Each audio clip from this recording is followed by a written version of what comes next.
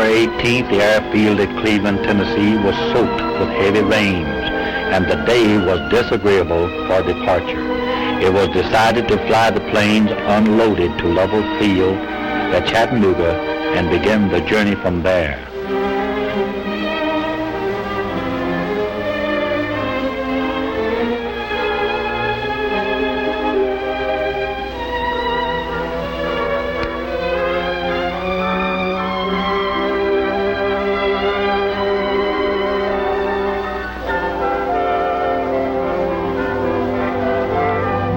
Time passed swiftly as the planes were washed, refueled, loaded, and thoroughly checked.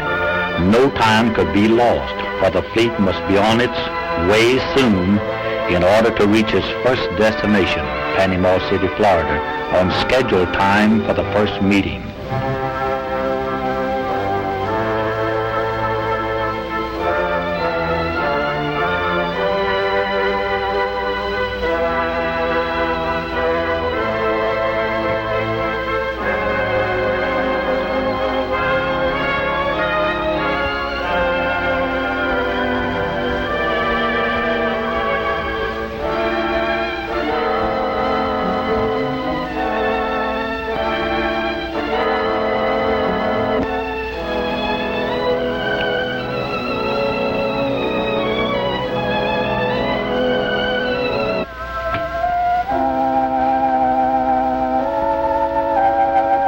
Given to assemble in formation so the general overseer could give final instructions and pray for a successful trip and a safe return.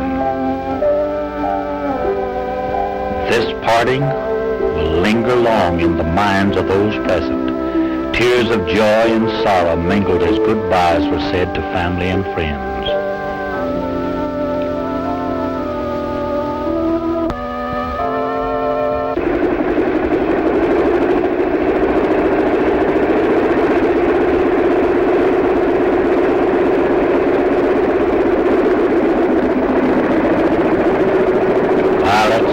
Passengers of the fleet boarded the planes and took to the air.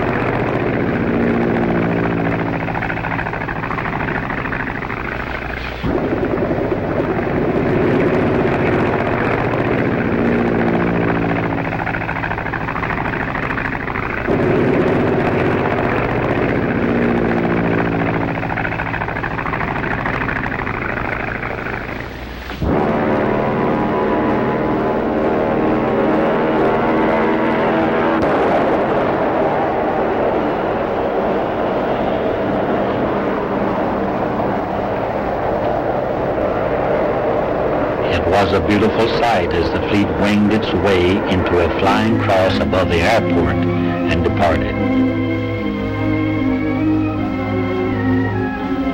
The fleet had its first landing in Panama City, and from thence to Ocoee, Florida.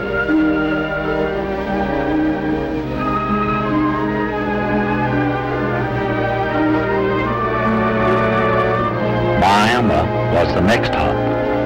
While here, the fleet was delayed for half a day waiting for papers from the government.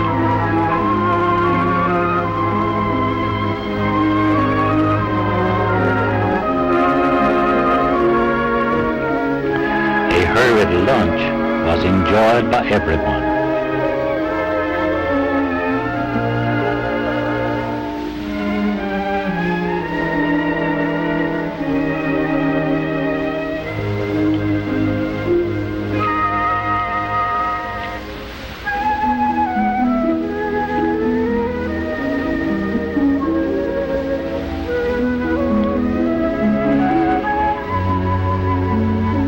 During this day, Brother E.H. Griffith was upon a chaplain, and a good service was conducted at the airport.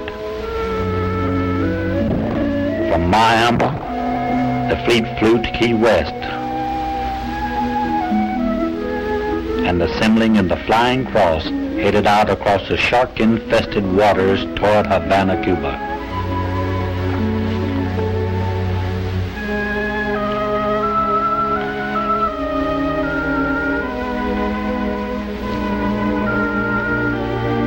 It was a glorious adventure, and God was praised mightily for allowing these the privilege to be the human mortals living in the day when the prophecies of Isaiah were being fulfilled. They were much impressed by the Spirit of God.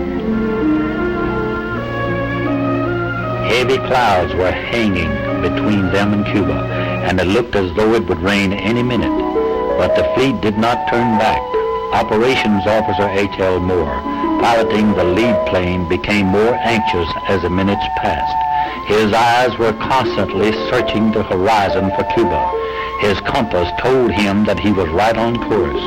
The intercom radios between the planes were being used frequently. The pilots wanted to know if each was well and maintaining formation. Finally, the island of Cuba loomed into sight. The overseer of Cuba, Brother Antonio Ledesma Soto, and some of his zealous workers were on hands to greet the arrival of the fleet. Next morning, we arose early and headed for the airfield.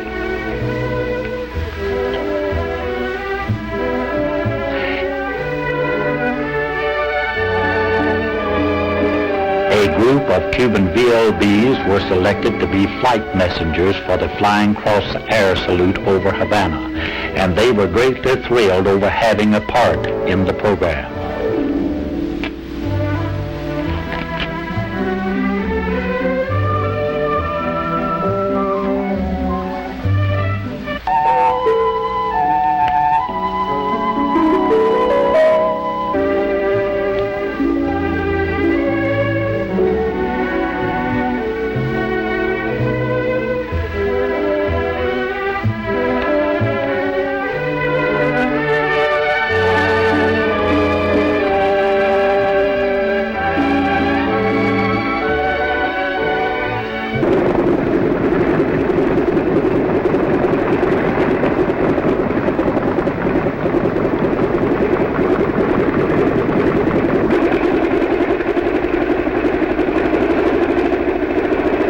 This was a remarkable episode of the trip. And as these pilots took to the air in this great demonstration, the good Spirit of God could be felt among them.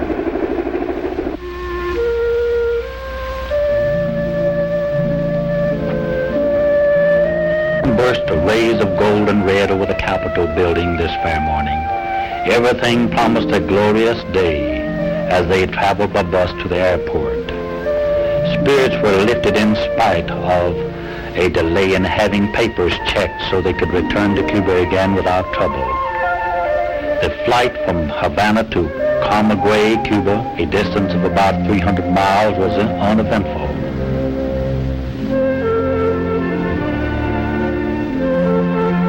There was a short stop for refueling and checking out with the customs officials. The fleet then moved out of the airfield at Camagüey with the intention of making its next stop at Kingston, Jamaica. Leaving Cuba behind, the fleet was soon out over the deep blue sea again. When they were about 30 miles from land and 70 or 80 miles yet to go for the next stop, a large cloud bank towering about 8,000 feet arose ahead of them. The lead plane turned to the left to gain altitude and to allow the slower planes a chance to catch up. By the time he reached the necessary altitude, other planes were lost to view. Perhaps they had gone through the clouds. The two planes that went through the cloud bank together searched in vain for the others. They tried to radio that they were going directly to Montego Bay, but the message was never received. Because of motor trouble, Brother Moore decided it best to turn back to the mainland of Cuba. 5 other planes followed suit, and they landed in Aquara, where they met Mr. Lobo, who directed them to Pilon, and to his mechanic, who repaired the planes. The 2 planes that went through the cloud bank together landed at Montego Bay, where another plane came in alone. They had lost sight of the fleet and thought they were the only ones who were lost.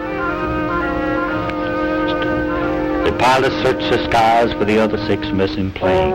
The flying missionaries with the 6 planes at Pilon were awakened next morning by U.S. search planes. The government pilot informed them that the world thought they were lost and that the other planes had landed safely at Montego Bay. After having been detained by the Cuban army, the officer in charge soon told them they were free to go.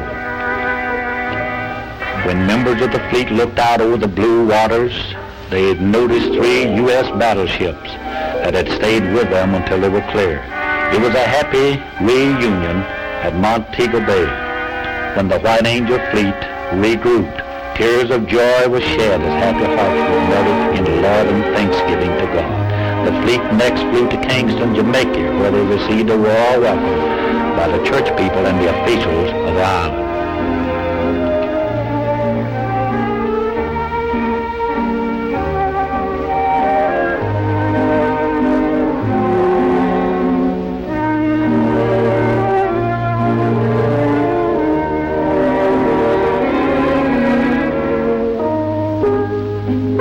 Brother R.C. Smith, island overseer, stated frankly that the greatest ship ever brought to Jamaica was fellowship. Approaching the building for the first service, members of the fleet found trucks unloading and the church and streets filled to capacity with hungry souls waiting for the gospel of Christ.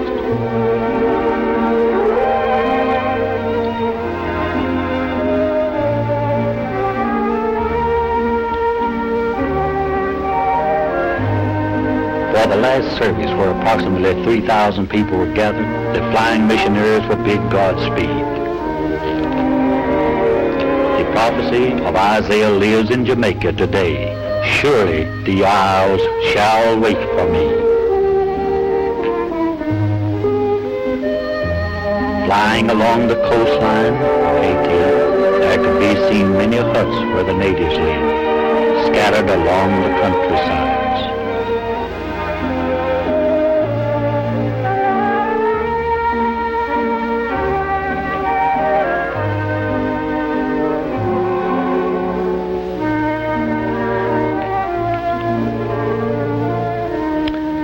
Brother J. Vital Hearn, overseer of Haiti, certainly has done a wonderful work in the islands.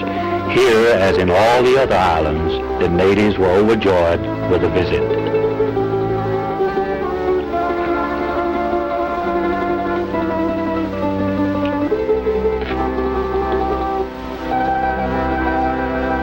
Two hours later, the White Angel fleet rolled down the runway at Ciudad Trujillo, Dominican Republic.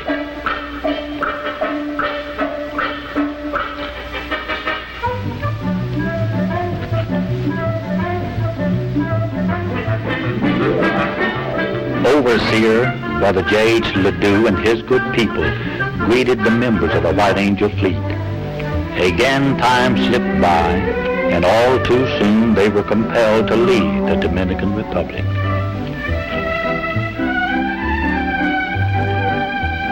Arising early next morning, they said goodbye to Camagüey and flew to Puerto Padre, where Brother Kent was presented the key of flowers as a symbol of the key to the city.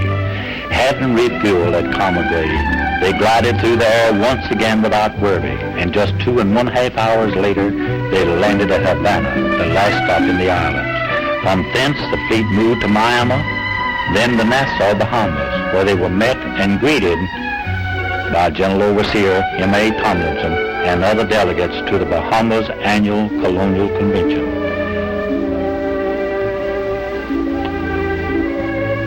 The convention was a real blessing to everyone present, and this was another successful trip for Christ and His church.